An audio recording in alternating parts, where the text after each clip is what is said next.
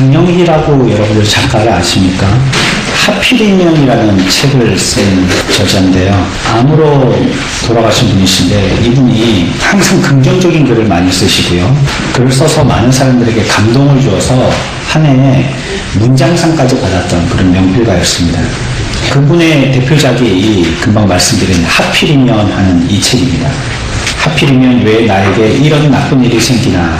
우리가 보통 하필이면이라는 말을 쓸 때는 그런 의미로 이 말을 씁니다. 그러니까 부정적인 말을 쓰는 건데요.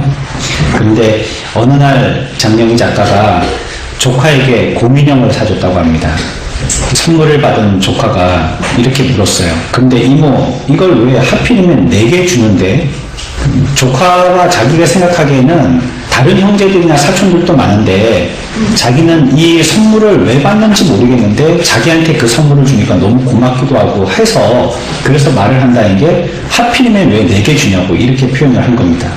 이 아이가 우리나라에 들어온 지가 얼마 안 돼서 이제 말도 서툴고 그러다 보니까 하필이면이라는 말을 긍정적인 데 써야 될지 부정적인 데 써야 될지 헷갈려가지고 실수로 쓴 말이에요.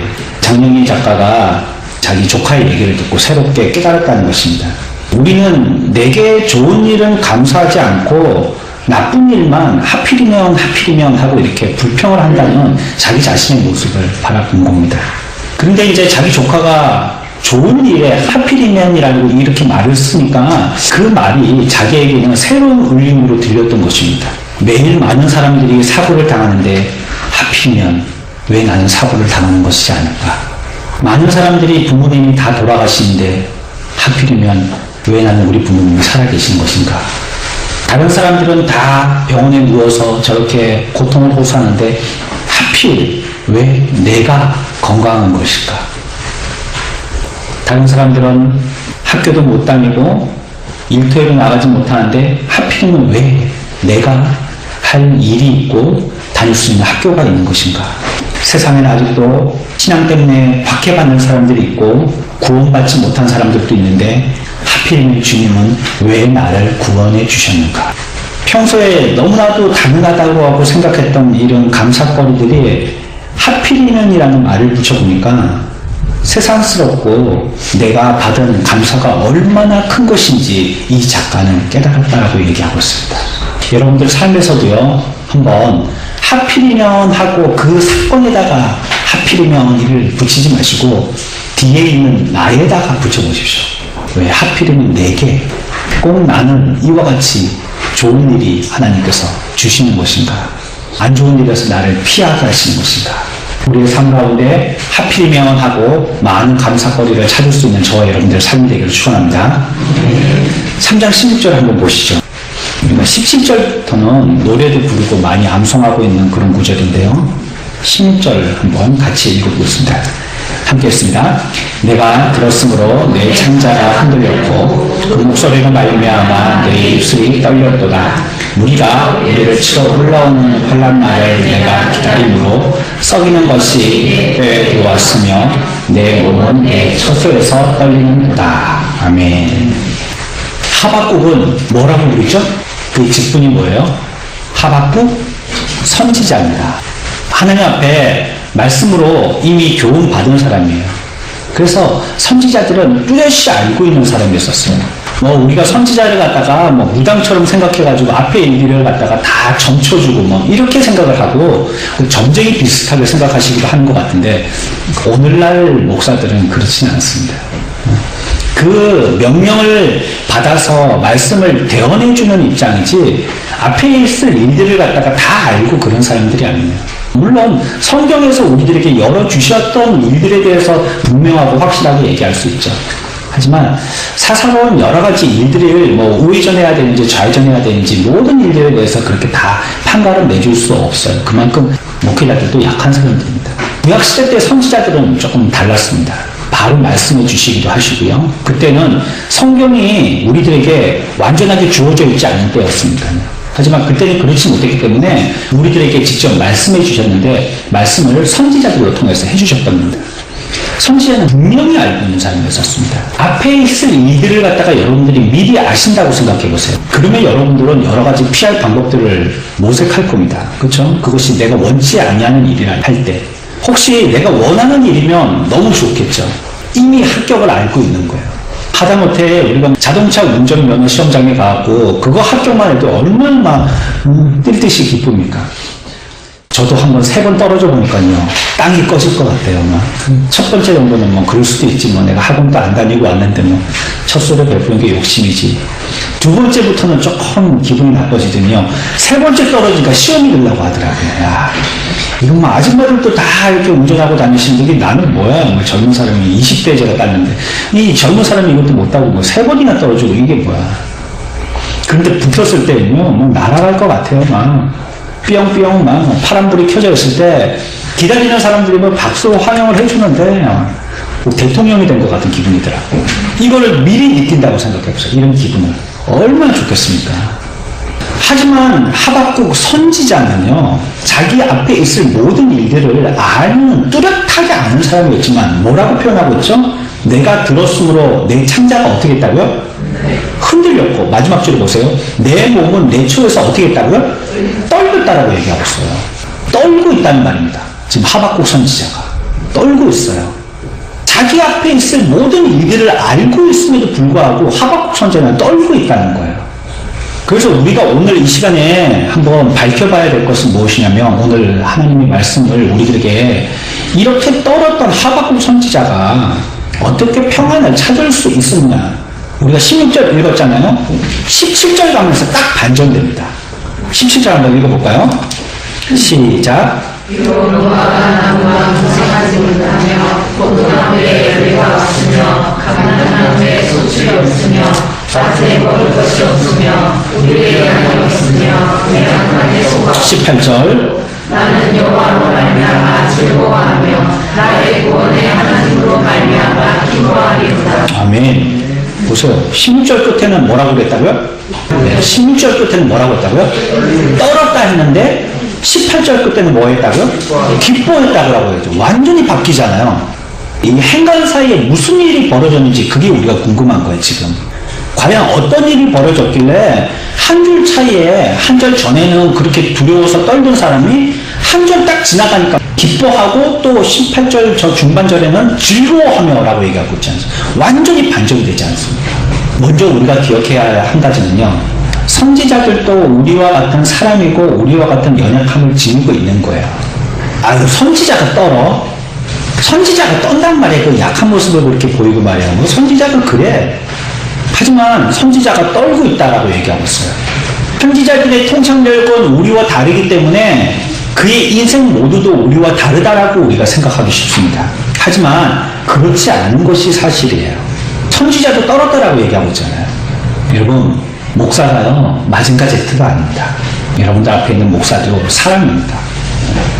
혹시 여러분들하고 목욕탕에서도 만날 수 있을런지도 모르겠고요. 공중 화장실에서도 만날 수 있고요. 뭐 식당에 밥을 먹다가도 만나겠고요. 아니면 어디 운동장에서 축구하다가도 만날 수 있어요. 똑같습니다.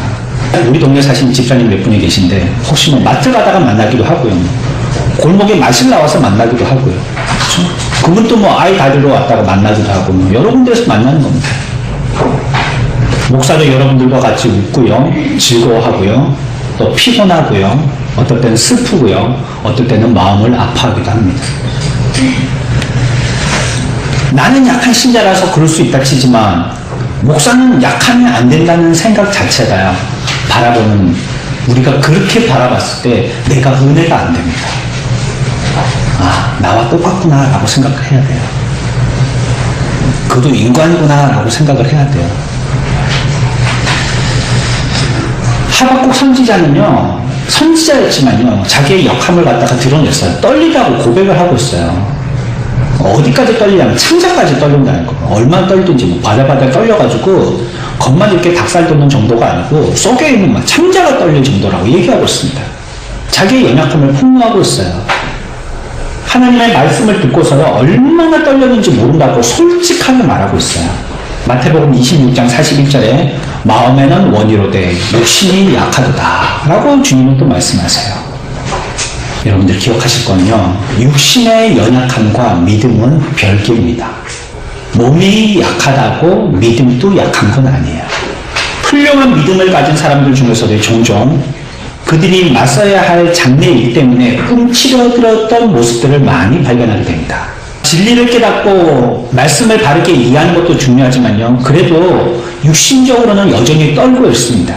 그 상황 가운데서 부들부들 두려워 떠는 것이 반드시 믿음이 없다는 표현은 아니에요.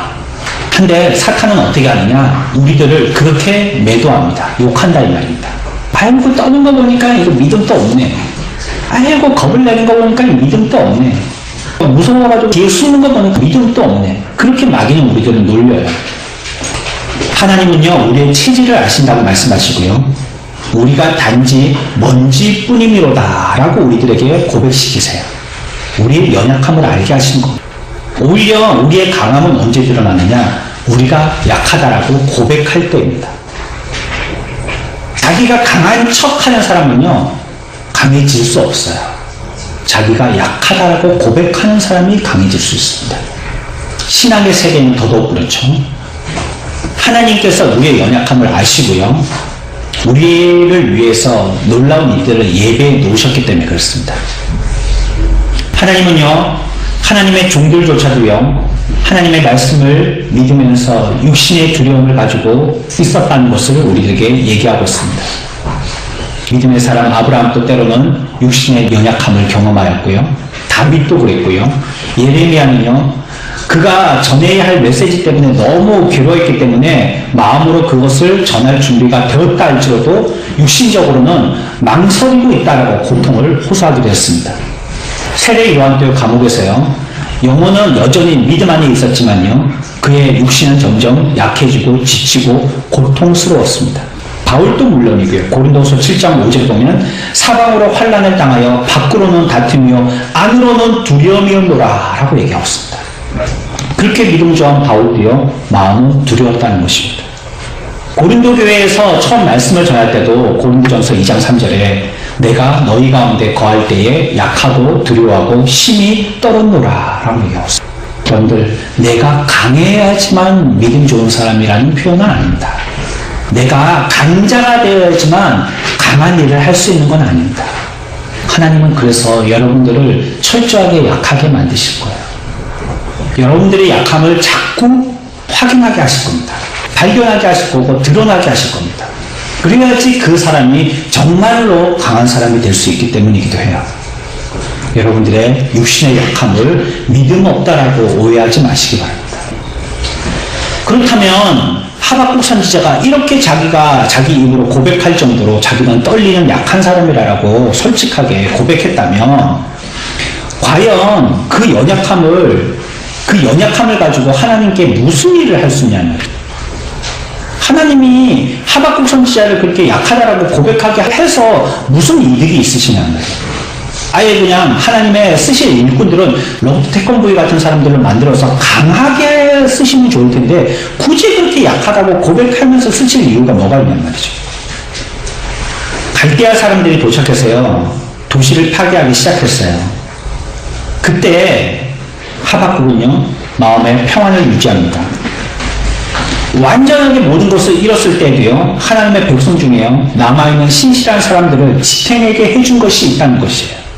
그런 환난 가운데 두렵고 떨렸지만 그래도 그 사람들이 바르게 설 수 있다고 해준 것이 있는 것입니다. 혹시 그것을 단념이라고 생각하지 마십시오. 흥분했거나 낙심했거나 포기했다라고 생각하지 마세요. 아 그러니까 한번 될 대로 돼보자는 식으로 자기의 몸을 투신해서 하나님의 일을 하박국 선지자는 했겠니 이렇게 생각하지 마시기 바랍니다. 자신을 일부러 억제하기 위해서요 도망치듯 생각하려고 하지도 않았어요. 생각에서 아예 벗어나는 거죠.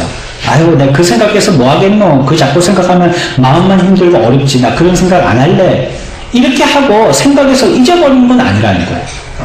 반대로 용감해지려고 일부러 노력하지도 않았어요. 어떤 분들을 보면 속은 너무 가냘픈데요 겉은 굉장히 강한 척 하시는 분 계세요. 엄청 강한 척 하세요. 그 말을 할 때도 굉장히 세게 얘기하시고요 행동에서도 단호하게 해요. 근데 속을 가만히 들여다보면 너무 약한 분이에요. 후 불어도 날아갈 것 같은 분이에요. 그러니까 그 마음이 들키고 싶지 않아서 일부러 사람들 앞에서 그냥 앞에다가 막 큰 벽을 갖다가 쳐버리고 강하게 보이는 거예요. 나 강한 사람이야 라고 얘기하는 거예요. 여기에 의지적으로 자기의 연약함을 강하게 나타내려고 무엇인가 노력했다는 것보다 훨씬 더 큰 무언가가 있는 것입니다. 선지자는 지금 떨고 있어요. 주변에 있는 사람들이 떨고 있는 선지자를 보고 위로한답시고 침착해, 냉정하라 이런 말을 할 필요도 없어요. 선지자임에도 불구하고 떨고 있는데 그 말해서 그 사람이 침착하고 냉정해질 것 같으면 말하지 않아도 이미 냉정하고 침착했어야 돼요. 하지만 마음속으로 밀려오는 걸 어떻게 할 수가 있겠습니까? 내가 그러고 싶지 않지만 겁을 내고 싶다고 겁을 내는 게 아니잖아요. 겁이 나는 걸 어떻게 해요?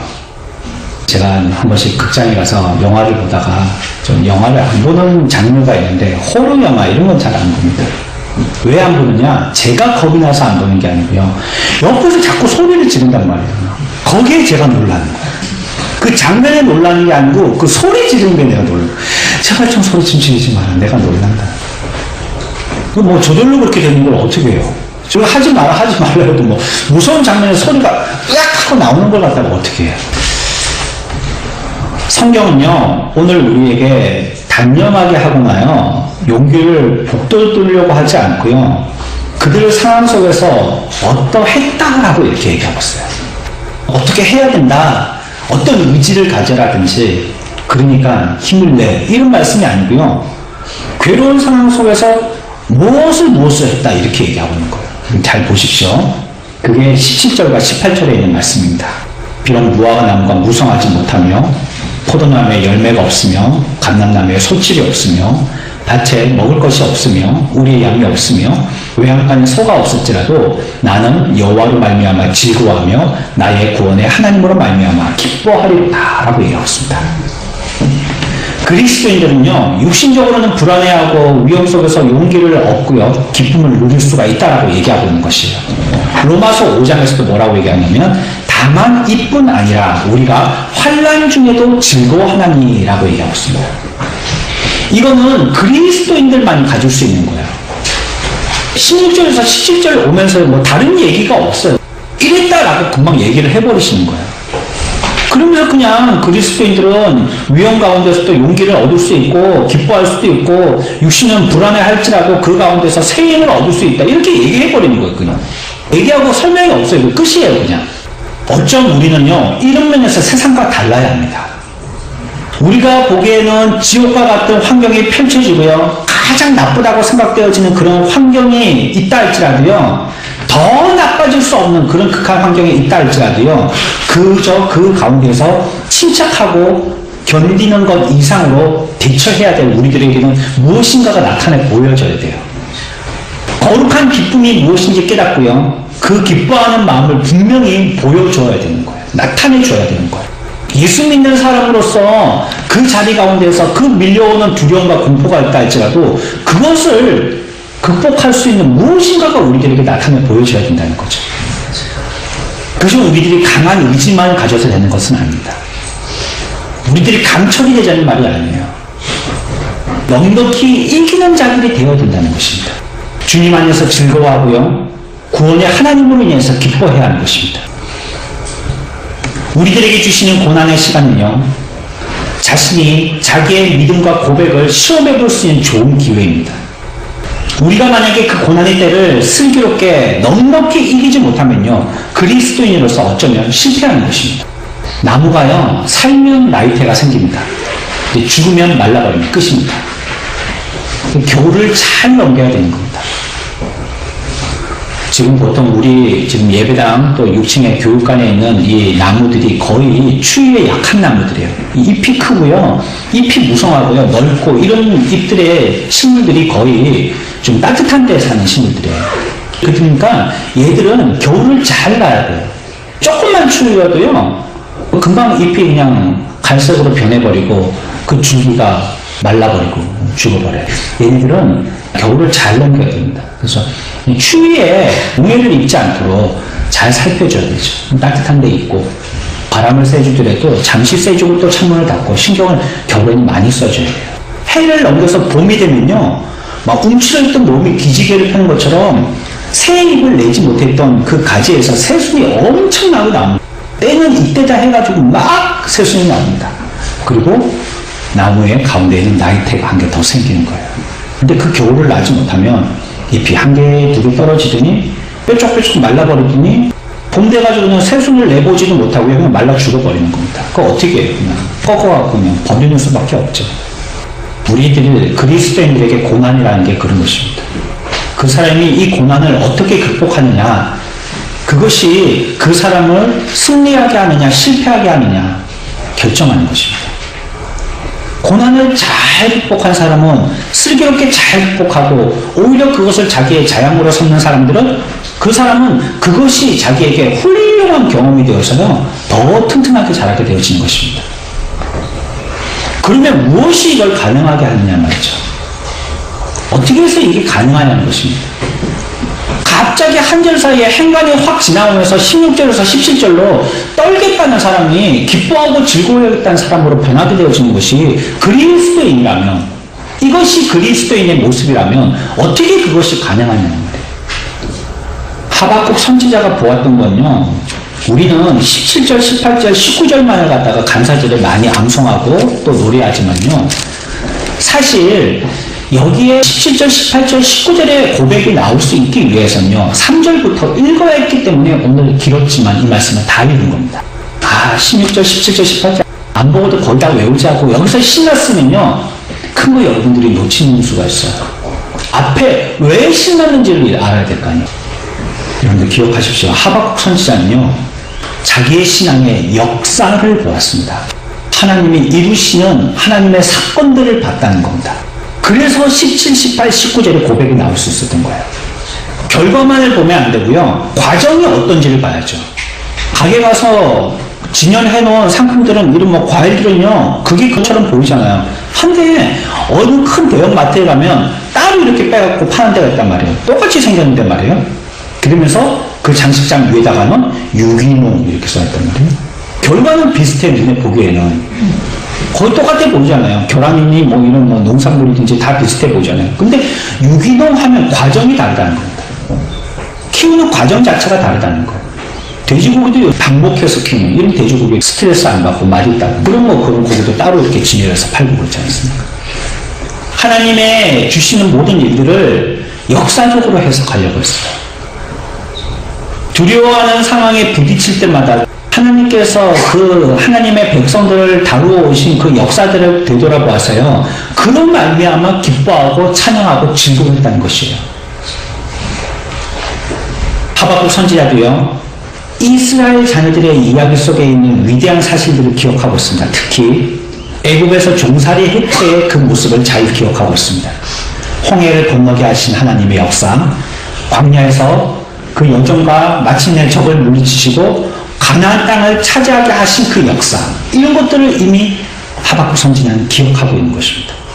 역사를 기억하고 있는 거죠. 우리들도 마찬가지입니다. 역사를 기억해야 합니다. 우리 앞에 있는 앞으로 있을 일들을 헤쳐나갈 수 있는 유일한 방법은요 여러분들이 경험했던 과거의 역사들을 기억하는 겁니다. 이것을 기억하지 않고서는요 앞으로 우리가 헤쳐나갈 힘이 없습니다. 우리가 세상을 볼 때 이 사실 외에 다른 것들을 기뻐할 이유가 없어요.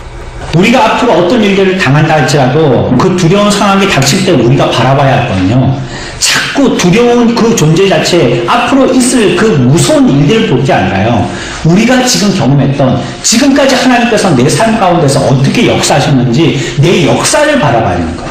하나님이 나의 과거의 역사에 어떻게 나를 경쾌해 주셨는지 그걸 봐야 된다는 것입니다. 선지자가 바라봤던 면들을 잘 생각해 보십시오. 선지자는요 하나님께서 하셨던 일들을 매우 상세하게 설명하고 있습니다. 홍해를 가르시고 해를 멈추시고 또 피조물을 주관하셨던 그런 일들을 상세하게 다 그립니다. 성경에서 기록되어 있는 모든 사실들은요 우리들이 한참을 강조해야 합니다.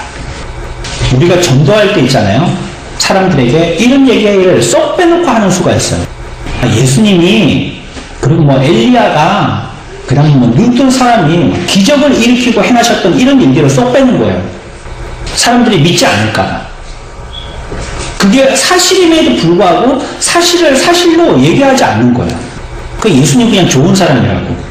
우리가 죽으면 뭐 어디 좋은 데 안 가겠냐고. 할아버지 할머니 이렇게 사시다 그냥 돌아가시겠어요? 좋은 데 가셔야 될 거 아니에요. 하여튼 좋은 데가 있다는 거예요. 사실을 사실대로 얘기하려고 하지 않아요. 이런 거를 신학적으로 뭐라고 말하냐면 신전통주의. 그들이 얘기하는 것은 그 사실 자체를 믿으려고 하지는 않아요. 뭘 믿으려고 하느냐? 얘기 가운데 나오는 교훈만을 믿으려고 한다. 아이고, 이스라엘 민족들이 막 그렇게 막 200만, 300만이나 되는 그 많은 사람들이 홍해 바다를 건넜다고? 건너는 것도 그냥 얕은 물가에 다리를 둥둥 걷고 걷는 게 아니고 이렇게 바다가 갈라져갖고 그 사이를 건넜다고? 그리고 거기를 똑같이 애국 사람들이 따라오다가 물이 그냥 다시 한꺼번에 가운데로 몰리는 바람에 다 그냥 수장됐다고? 그러한 기록들은 믿지 않는 거예요. 단 뭘 믿느냐? 아, 하나님이 자기 백성들을 구원하셨다. 이것만 믿는 거죠. 여기서 얘기하는 교훈은 그거야. 그러니까 앞에 있는 그런 거는 그냥 예화야, 예화. 그냥. 하나 예를 들어서 얘기한 거고, 진짜 있었던 얘기가 아니야. 베드로 앞에 예수님이 물 위를 걸어오셨어요. 니도 걸어라 그래가지고 물 위에 베드로도 발을 내딛었더니 정말 물 위를 걷게 된 거예요. 그거 예화야, 예화. 믿음을 가지면 그처럼 안 될 일도 될 수 있다는 예화야. 그게 진짜 있었던 건 아니야. 라고 가르치는 게 신전통주의입니다. 오늘날 또 우리 신앙 가운데 이런 모습들이 스미게 되어서는 안 돼요. 그거는 있을 수 없는 일이야. 그런 거. 그거 될 수 없는 일이야. 그냥 우리가 그 가운데 교훈을 얻으라는 거지. 그냥. 그 가운데 그냥 마음 편안하는 거지 뭐. 앞으로 너무 걱정하지 말고 근심하지 말라는 거지. 그렇게 된다는 얘기가 아니야. 이렇게 말씀의 액면 그대로 믿으려고 하지 않는 거예요. 성경에서 얘기하는 걸 갖다가 100% 믿지 않습니다. 오늘날의 기독교회는 어쩜 불신자입니다. 무신론자들이에요. 어느 부분만 자기가 믿고 싶은 부분, 이해가는 부분만 믿고요. 나머지 자기가 믿고 싶지 않은 부분, 이해가지 않는 부분은 안 믿어요. 그러니까 무신론자죠, 그 사람이. 그리고 우상숭배자입니다. 이쪽이 하나님을 완전하게 믿지 않는다면 다른 쪽에 무엇인가를 또 믿고 있다는 뜻이거든요. 하나님도 믿지만 돈도 믿고 날 도울 사람도 믿고 실력이나 뭐 능력을 믿고 그걸 믿고 있는 사람입니다. 그러니까 그 사람은 우상숭배자죠. 구약에서 얘기했든지 신약에서 얘기했든지 그 얘기하는 모든 것들이 세세하게 중요한 것들이고요. 다 사실입니다. 성경에는 사실 아닌 게 없어요. 그래서 살짝 뭐라고까지 우리에게 사탕발림으로 얘기하냐면 하나님의 말씀에는 진리가 있다라고 얘기합니다. 하나님의 말씀 안에는 진리가 있다라고 이렇게 살짝 얘기해요. 이게 맞는 말이에요? 틀린 말이에요? 하나님의 말씀에는 진리가 있다. 이게 맞는 말이에요? 틀린 말이에요? 맞는 말 같은데 틀린 말이에요. 그러면 하나님의 말씀에는 진리가 아닌 것도 있다는 겁니다.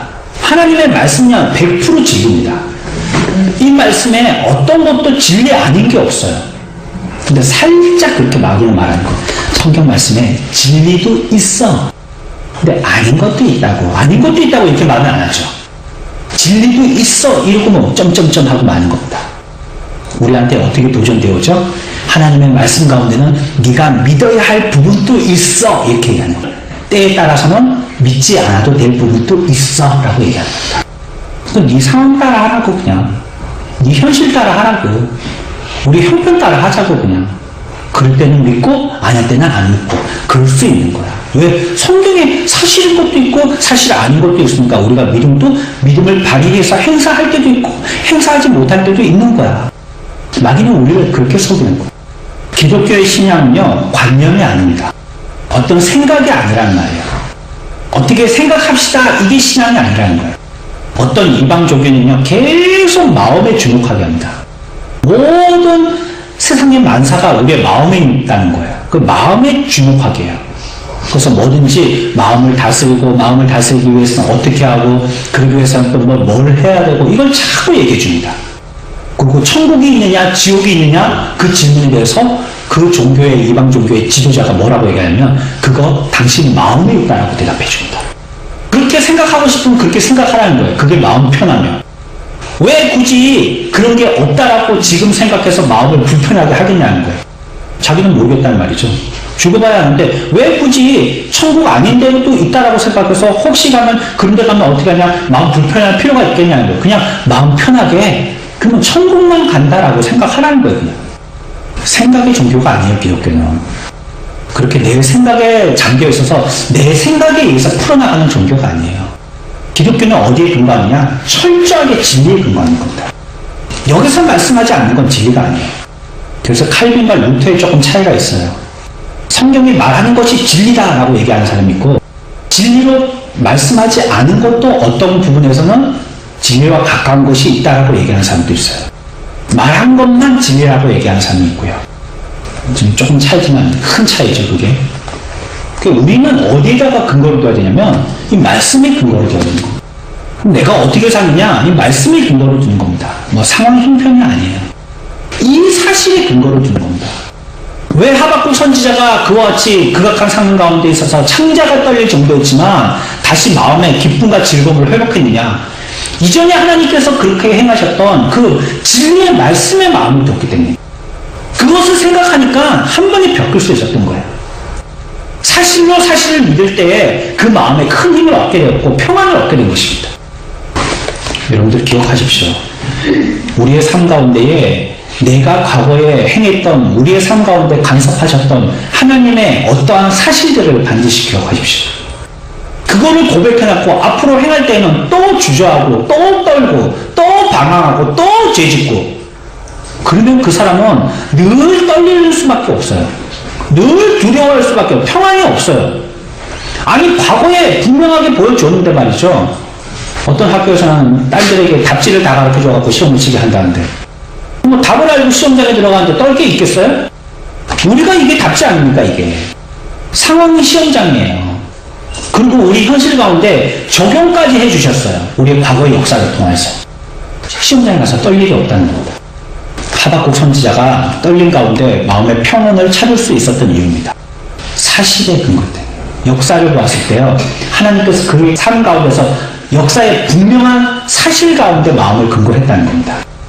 두 번째 우리가 생각할 것이 있는데요, 하나님의 전능하심을 기억하십시오.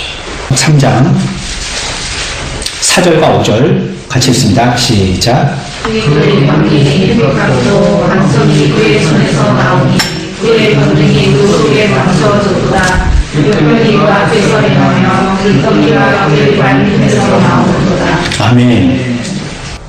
하나님은 전능하신 분이라는 걸 얘기하는 겁니다. 전지전능하신 분. 바로와 그 군대가 문자 그대로 바다에 빠져 죽었다는 사실을 믿는 것이 중요한 거예요. 애굽에 10가지 재앙이 진짜 있었다는 것을 믿는 것이 중요한 거예요. 그걸 통해서 교훈을 얻는 것은요, 그 이외의 생각이에요. 그 자체가 있었다는 걸 믿는 거예요. 예수님이 2000년 전에 우리를 위해서 이 땅에 나의 죄를 구속하시기 위해서 죽으셨다는 걸 믿는 게 중요한 거예요. 그 사실 자체가 중요한 거예요. 그게 무슨 의미냐면 두 번째 생각이에요. 그분이 죽으셨다가 3일 만에 살아나셔서 지금은 우리를 위해서 중보하시러 하나님 우편에서 기도하고 계신다는 걸 믿는 게 중요한 거예요. 그게 뭘 교훈하느냐? 이건 두 번째란 말이에요. 예를 들어서 해와 달이 멈췄다라고 얘기합니다. 이게 충격적인 말이죠.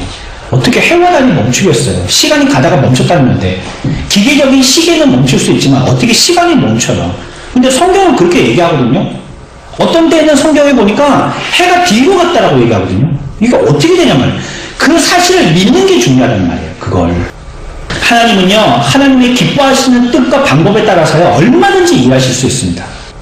하나님의 능력을 여러분들의 생각으로 잠궈두지 마세요. 제한하지 마세요. 하나님은 하실 수 있는 분이에요. 못하는 건 누가 못하냐? 우리가 못하는 거예요. 내가 못한다고 하나님까지 못하는 사람을 취급하면 안 되는 거예요. 이러한 기록들이 중요한 것은요, 여기에 하나님의 능력과 위대하신, 그리고 자신의 백성을 다루시는 하나님의 기적적인 요소들이 드러나기 때문입니다. 하나님께서 그들을 어떻게 구원하셨고 어떻게 다루셨는지를 기억해야 합니다. 오늘날도 똑같이 인도하실 줄 믿고 기억하는 겁니다. 논리적으로 뭔가를 설명하고 이해 접근을 위해서 그 사람을 설득시키고 그가 높은 차원의 지식을 설명하여서 자기의 지식으로 굴복시키게 만들고, 이게 중요한 게 아니란 말이에요. 박사 아들이요, 글자도 모르는 자기 어머니의 전도를 받아서 하나님 믿을 구원받으러 교회 나온단 말이에요. 지금 뭐 어머니가 뭐 글자도 모르는데 뭘 설득시켰고 뭘 논리를 정연하게 그에게 설명을 했겠어요. 무슨 뭐 특별한 예화를 들었겠어요. 오늘날도 하나님이 그렇게 해주실 줄 믿어야 되는 것입니다. 그게 믿음입니다.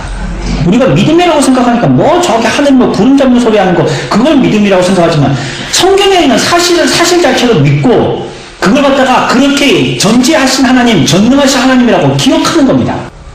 그게 믿음입니다. 한 번씩 우리가 병문안 가서요, 환우의 손을 잡고 기도합니다. 근데 보통 우리가 기도할 때 이분 병 낫게 해달라고 기도하잖아요. 하나님 이 병을 낫게 해주실 줄 믿습니다. 그게 진짜 믿고 기도하는지 모르겠어요.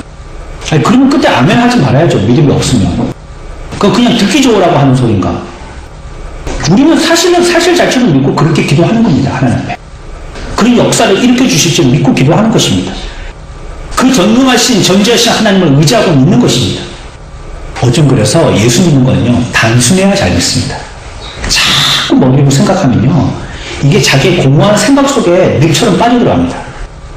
그래서 믿음으로 나가지를 못해요. 이해가 안 되는데 말이죠. 어떻게 믿음으로 나가요? 하박국 선지자가 자기 상황에 있는 모든 현실들을 보고 이해를 해갖고 마음의 평안을 얻으려면요, 평안을 얻을 수가 없습니다. 막 적군이 몰려오고 상황은 죽기 직전이고, 여러분들 문 하나 사이에 적이 총을 들고 서 있다고 생각해보세요. 내가 교수 형처럼 교수대의 목에 딱 끈이 걸려가지고 서 있다고 생각해보세요. 스위치 한 개 딱 누르면요, 다리가 달랑하고 그냥 하늘에 공중에 달려버리는 거예요.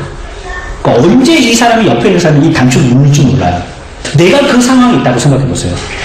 겁나겠죠? 저는 한 번씩 책을 보든지 그러면서 그런 장면이 나오면요, 내가 그런 것 같아갖고 다리가 움찔움찔해요, 막 이렇게 여러분들 자다가 가위 눌려서 물 번쩍 뜰 때 있잖아요. 으악 하면서 소리 지르면서. 그게 있을 일이 아닌데, 내 꿈속에서 진짜 그게 있을 것 같으니까 놀라고 소리 지르면서 일어나는 거잖아요. 그런 가운데 있다 할지라도 말이죠. 우리가 그런 상황 가운데 있다 할지라도요. 자기에게 있는 이 일들에 대해서 이 선지자는요, 그런 일들 가운데, 그런 형편이 있는 가운데 있지만, 그래도 하나님의 지금까지 해주셨던 우리들에게 보여주신 그 역사를 믿었고요. 또 하나님의 전능하심을 믿었던 거예요. 그 마음이 한 번에 평안과 즐거움을 찾게 된 것입니다. 우리가 추수감사절이라고 맥주감사절이라고 기뻐하고 하나님을 찬양하자 한다고 분위기만 그렇게 만들어서 기뻐하고 즐거워지는 게 아니에요. 우리의 기쁨과 우리의 즐거움의 요소는요, 진리의 말씀을 통해서 힘을 얻는 겁니다. 그거 생각하고 믿으니까 힘이 나고 기뻐지는 거예요. 그렇다고 내 앞에 미래가요, 한 번에 바뀌어지는 건 아니에요. 하지만 과거에 하나님이 그렇게 하실 걸 믿으니까 앞으로도 그렇게 하실 줄 우리가 소망을 갖게 되는 거예요. 그건 기뻐지는 거예요. 그리고 정말 어느 때는 하나님이 그와 같은 일들을 기적적으로 일으키기도 하세요. 세 번째 우리가 기억할 것이 있어요. 첫 번째는 뭘 기억하라고요? 사실이라는 거예요. 성경은 철저하게 사실이라는 거예요. 우리가 믿고 있는 건요, 80%만 사실이지 99%만 사실이 아니에요. 100% 사실이에요. 성경에는 말씀은요, 0.1%도 헛소리 없어요. 전부 다 사실이에요. 이거 믿는 겁니다. 그대로 믿는 겁니다. 두 번째는 뭘 기억해야 된다고요? 하나님이 그렇게 하신 게 전능하심 속에 있었다는 거예요. 전지하시고 전능하심 속에 있는 거예요. 세 번째 기억할 거는요, 그런 하나님의 약속을 우리가 믿는 겁니다. 하나님은 여호와 하나님이시다라고 고백하는 거예요. 여호와 하나님은 무슨 뜻이에요? 약속하면 꼭 지키시는 분이라는 뜻이에요.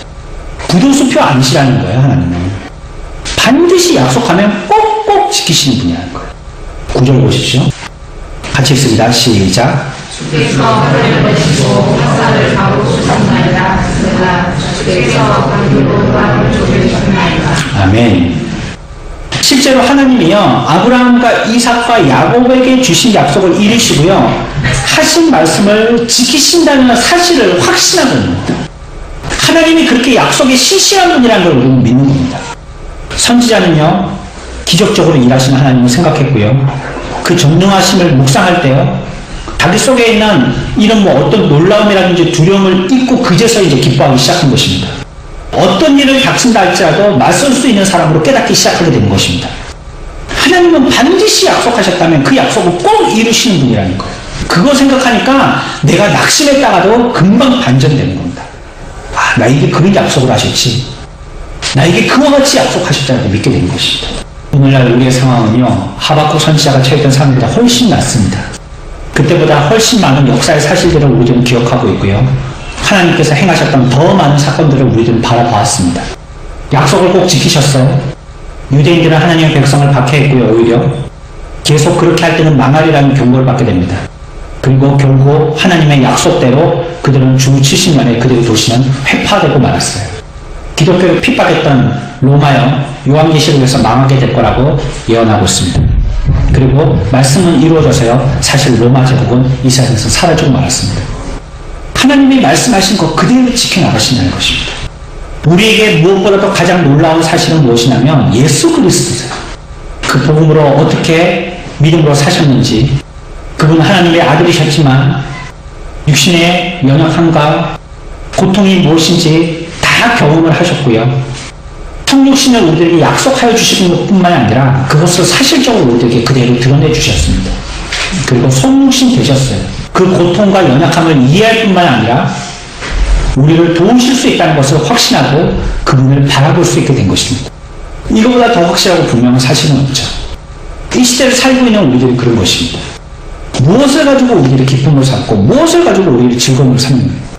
오늘 하박국 선지자는요 자기의 과거에 하나님이 어떻게 하셨던 철저한 그의 과거의 역사를 봐요.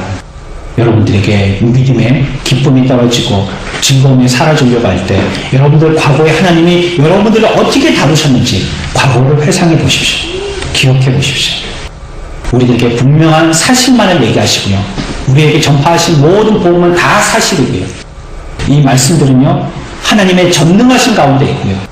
그 말씀은 반드시 이루어지실 거고요. 그렇게 약속하신 대로 우리들을 통해서 나타나실 것입니다. 이것이 우리가 슬픔 가운데 하박국 선지자처럼 있어도 기뻐할 수 있는 이유가 되는 것입니다.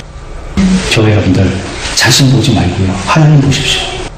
나에게 집중하지 말고 하나님의 말씀에 집중하십시오.